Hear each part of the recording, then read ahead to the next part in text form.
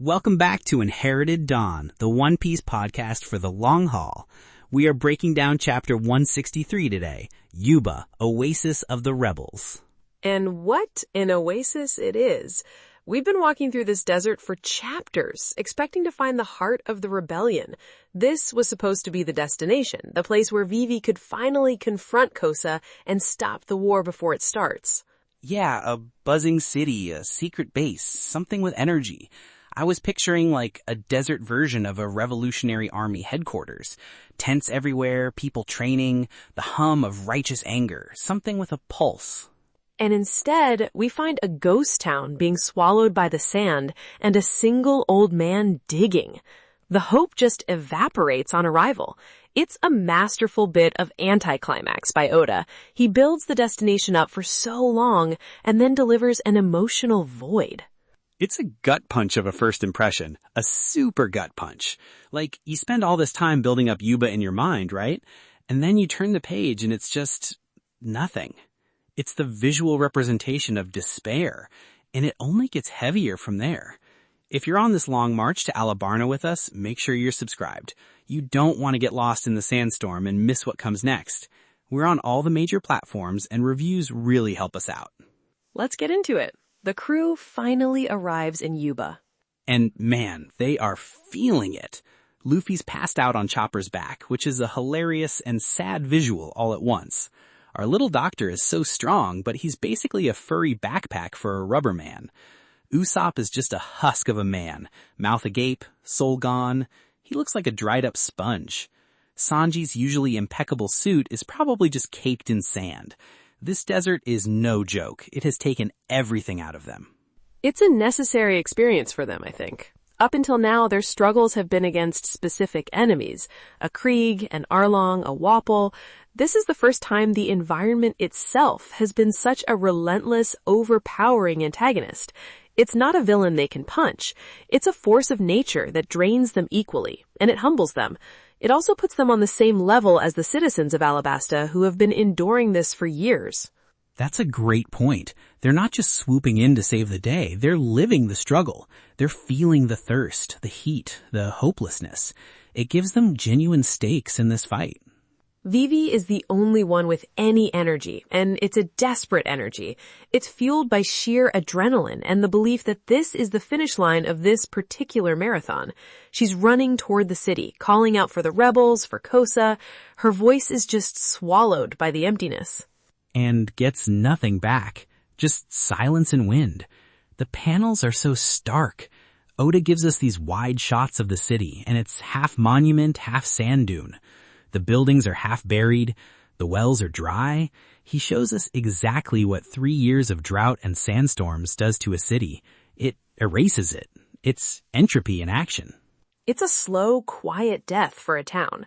Not a battle, not an explosion, just a gradual burial. And in the middle of this ruin, there's one man, just digging.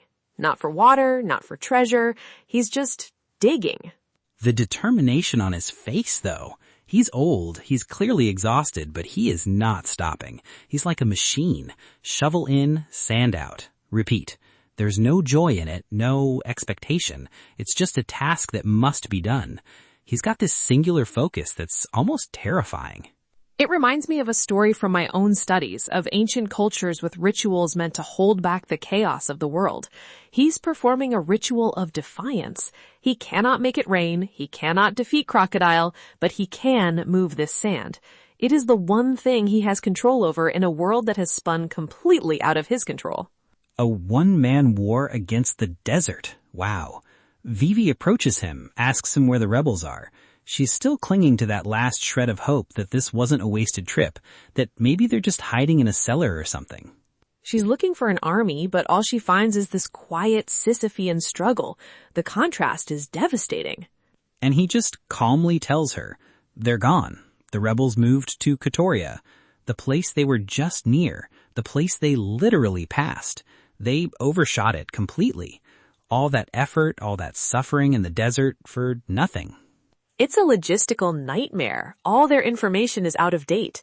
Crocodile is 10 steps ahead of them, always.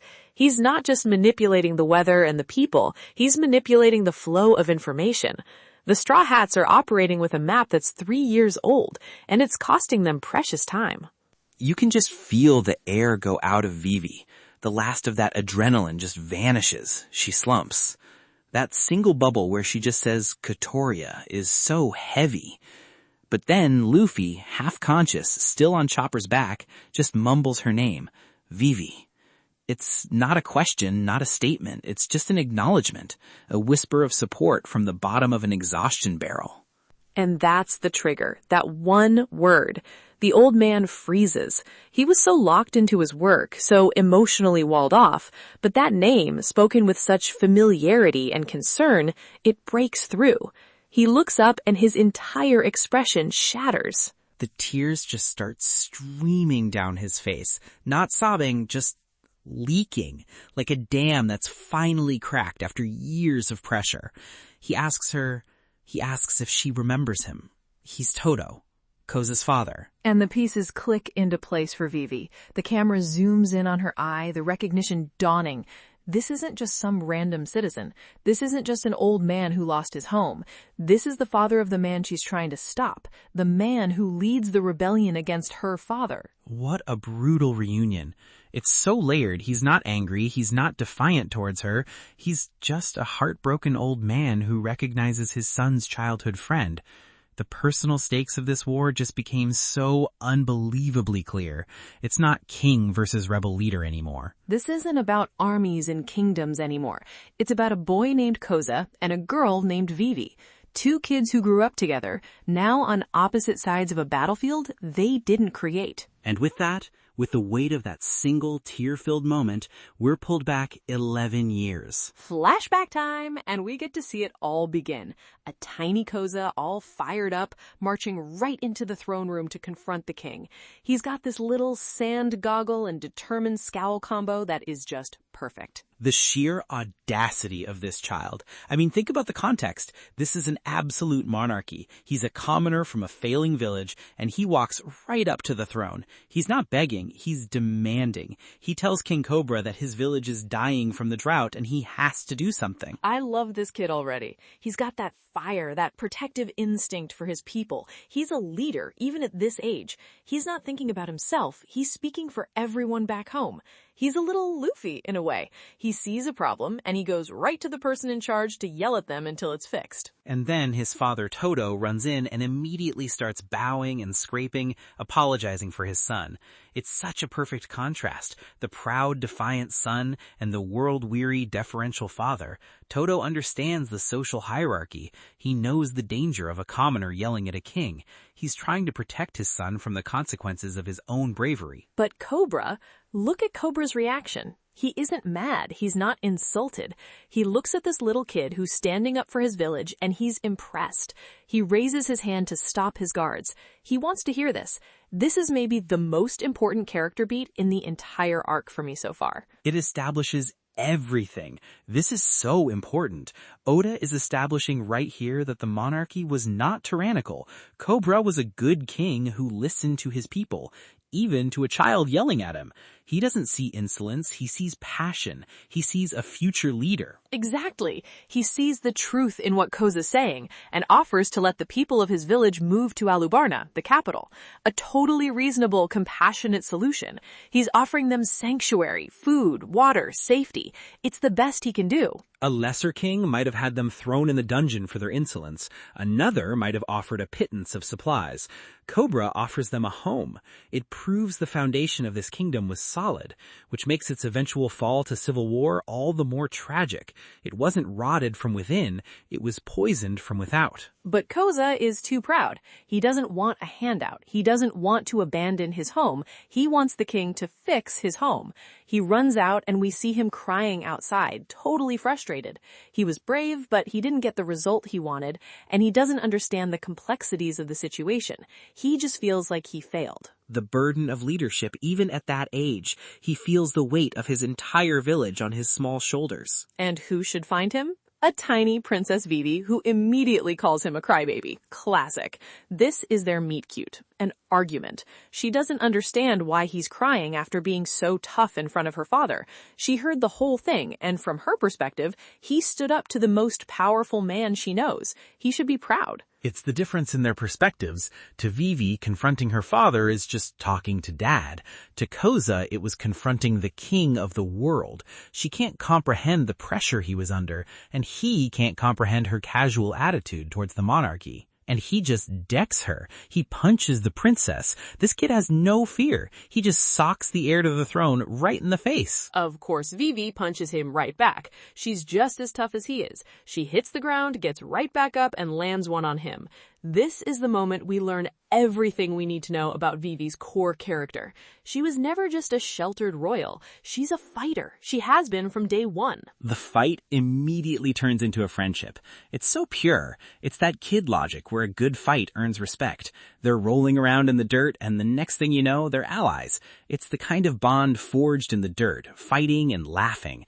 This is the foundation of everything we're seeing in the present. It's perfect. This establishes them as equals. He didn't defer to her as a princess, and she didn't treat him as a lowly commoner. They met as two stubborn, strong-willed children.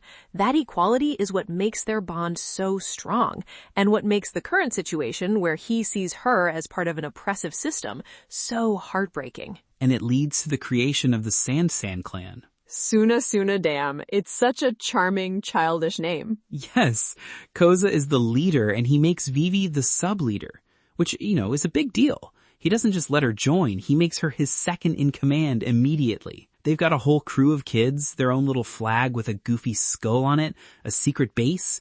It's a mini pirate crew, basically. It's a direct parallel to the Usopp pirates from Syrup Village. Children creating their own society, their own adventures to make sense of the world. It's a recurring motif in One Piece. The power of found family and shared dreams, even on a small scale. It's the purest form of what the Straw Hats themselves are doing. Man, I didn't even think of the Usopp pirates parallel. You're so right. It's the same energy. This is their kingdom, and it's idyllic. It shows us an Alabasta that was peaceful, where the princess could run around and play with common kids, and it was all just normal. Nobody was batting an eye. This was the country Cobra was leading. This is the before photo. Oda is showing us exactly what has been lost. It's not just about a lack of rain. It's the loss of this social cohesion, this innocence, this trust between the crown and the common folk. This is the world Crocodile is destroying. Not just the buildings and the water, but this kind of life, this kind of friendship. It makes the stakes so much higher. You're not just fighting for a country. You're fighting to get this back. You're fighting for the memory of the Sand clan. And think about what this means for the rebellion. The rebel army isn't just a faceless mob of angry citizens. It's the Sand clan, all grown up. These are the same children who swore allegiance to Koza and befriended the princess. Bro, you're right. It's literally Vivi's childhood friends, led by her best friend, who are now convinced her father has betrayed them. That is tragic on a level I wasn't even ready for. Every single person in that rebel army is a former playmate, a neighbor, a friend.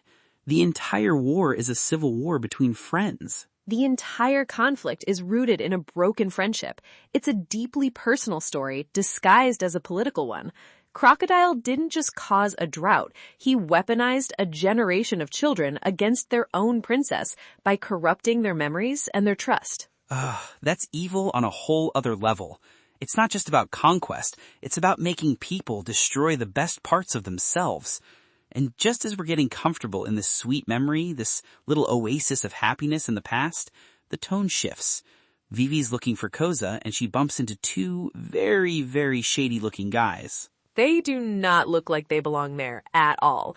Every other character in this flashback, from the king to the kids, has a certain look, a certain Alabastan style.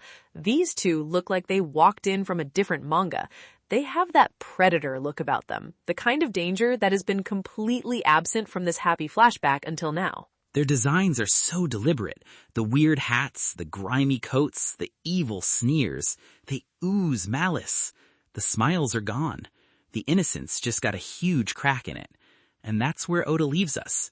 The outside world, the ugly world, has just found its way into their playground. It feels like the moment everything is about to change. This is the inciting incident. This is the first domino that will eventually fall and knock over every other piece, leading to a full-blown civil war 11 years later. It all starts here, with two shady men in an alley. Before we get into what that might be, I just want to touch on Oda's author comment for the week. Right. Dentist Diary Part 1. This is going to be pretty tough to take out, so I'm told. I see storm clouds ahead. Even his trip to the dentist sounds epic, like he's getting a tooth pulled by a Yonko or something. But storm clouds ahead feels like he's winking at us about the story, too. It's too perfect of a line to just be about his tooth. It absolutely does. The storm clouds are gathering over Alabasta and over Vivi and Koza's friendship. It's very fitting. He's a master of blending his personal life with the themes of his story in these little notes. He's telling us that the happy days are over, both for his dental health and for our characters. Man, this chapter, it recontextualized the entire arc in just a few pages of flashback. It's not about saving a kingdom anymore. It's about saving a friend from making the biggest mistake of his life. It's about a promise between two kids that got buried under years of lies and sand. It's about restoring a bond that was broken by outside forces. Everything hinges on whether Vivi can reach Koza, not as a princess to a rebel, but as a friend to a friend. Can the sub-leader of the Sansan clan get through to her leader? And meanwhile, in the present, his dad is just digging, still digging, waiting for the rain. His son is off leading a war, and he stayed behind in their dead town, fighting his own quiet battle. It's just poetry. What do you think he's digging for? Water seems unlikely. The wells are dry, and he doesn't seem to be digging in any specific spot. I don't think he's digging for anything. I think it's an act of pure defiance. The sand took his city, so he's just going to move the sand. He's fighting the desert one shovelful at a time, because it's the only thing he can do. It's his battle. His son chose a war of action and anger. Toto chose a war of attrition and memory. He refuses to let Yuba be completely erased. As long as he is digging, Yuba is still alive, even if he's the only one there. A quiet, hopeless, and incredibly noble battle.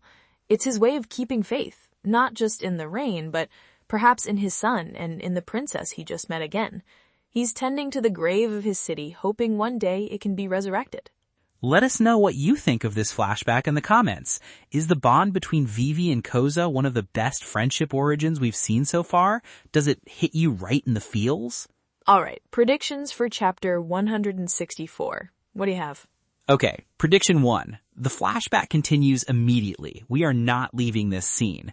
Those two shady guys try to kidnap Vivi. It's a classic move to create leverage against the royal family or to sow chaos. And I bet young Koza and the entire Sand clan throw down to protect her. It won't be a real fight. They're just kids. But they'll bite and kick and throw sand and be a general nuisance. It will cement Koza's role as her sworn protector. I can see that. That would be the event that proves his loyalty and deepens their bond before everything goes wrong, a shared trauma. Prediction 2. We cut back to the present day, at least for a few pages. Toto, having had this emotional reunion and seeing that Vivi is still the same girl she was, gives the Straw Hats the real intel. Not just that the rebels are in Katerea, but why they moved there and what their immediate plan is. He'll give them the key to finding Koza before it's too late, a piece of information only he would know, maybe a secret path or a specific password. Giving them a shortcut they desperately need. It would validate their grueling journey to Yuba. They didn't find the army, but they found the key. Makes sense. Exactly. The trip wasn't a waste after all. What about you? My first prediction builds on yours. I agree that those two men are there for Vivi, but they are not random thugs or kidnappers for hire. I think they're early agents of Baroque works. This is Crocodile's first move, years in the making. He didn't just capitalize on a drought. He's been seeding conflict and mistrust in Alabasta since Vivi and Koza were children. This is a targeted operation to destabilize Alabasta from its very foundation. Ooh, the long game. I super like that. That's exactly his style. He's a chess master. Of course he wouldn't start his plan just 3 years ago. He's been setting up the board for a decade. Chilling. My second prediction, the flashback won't just show them fighting off the bad guys, it will show us the direct fallout, and it will be messy. I think this incident will be twisted somehow. The thugs will get away and the blame will be put on the royal guard for their incompetence, creating public distrust in the king's ability to protect even his own daughter. Or worse, someone will spin it to look like Koza but commoner boy, put the princess in danger by luring her away from the palace. This will be the first seed of mistrust planted between Koza's people and the crown. So the event that brings them closer as friends is also the one that starts to tear their worlds apart. Man, that is deliciously tragic. Oda would totally do that. A bittersweet victory where they save Vivi but lose the trust of the adults around them. And for my final prediction, we will see King Cobra again in the flashback, but this time he'll make a decision in response to this incident that, while logical and well-intentioned from his perspective, is misinterpreted by the common people, specifically Koza and Toto. Perhaps he restricts Vivi's access to the city to protect her, which looks like he's isolating the royals. Or he cracks down on security, which feels oppressive. I believe the real tragedy of this conflict isn't malice on the part of the monarchy, but a series of catastrophic misunderstandings, all orchestrated and amplified by a third party. That makes so much sense. It would explain how Koza, who saw the king's kindness firsthand, could end up leading a rebellion against him. It wasn't one big betrayal, but a death by 1,000 paper cuts, 1,000 little misunderstandings, all carefully manufactured by Crocodile. Man, I can't wait to see if you're right. This is getting so deep.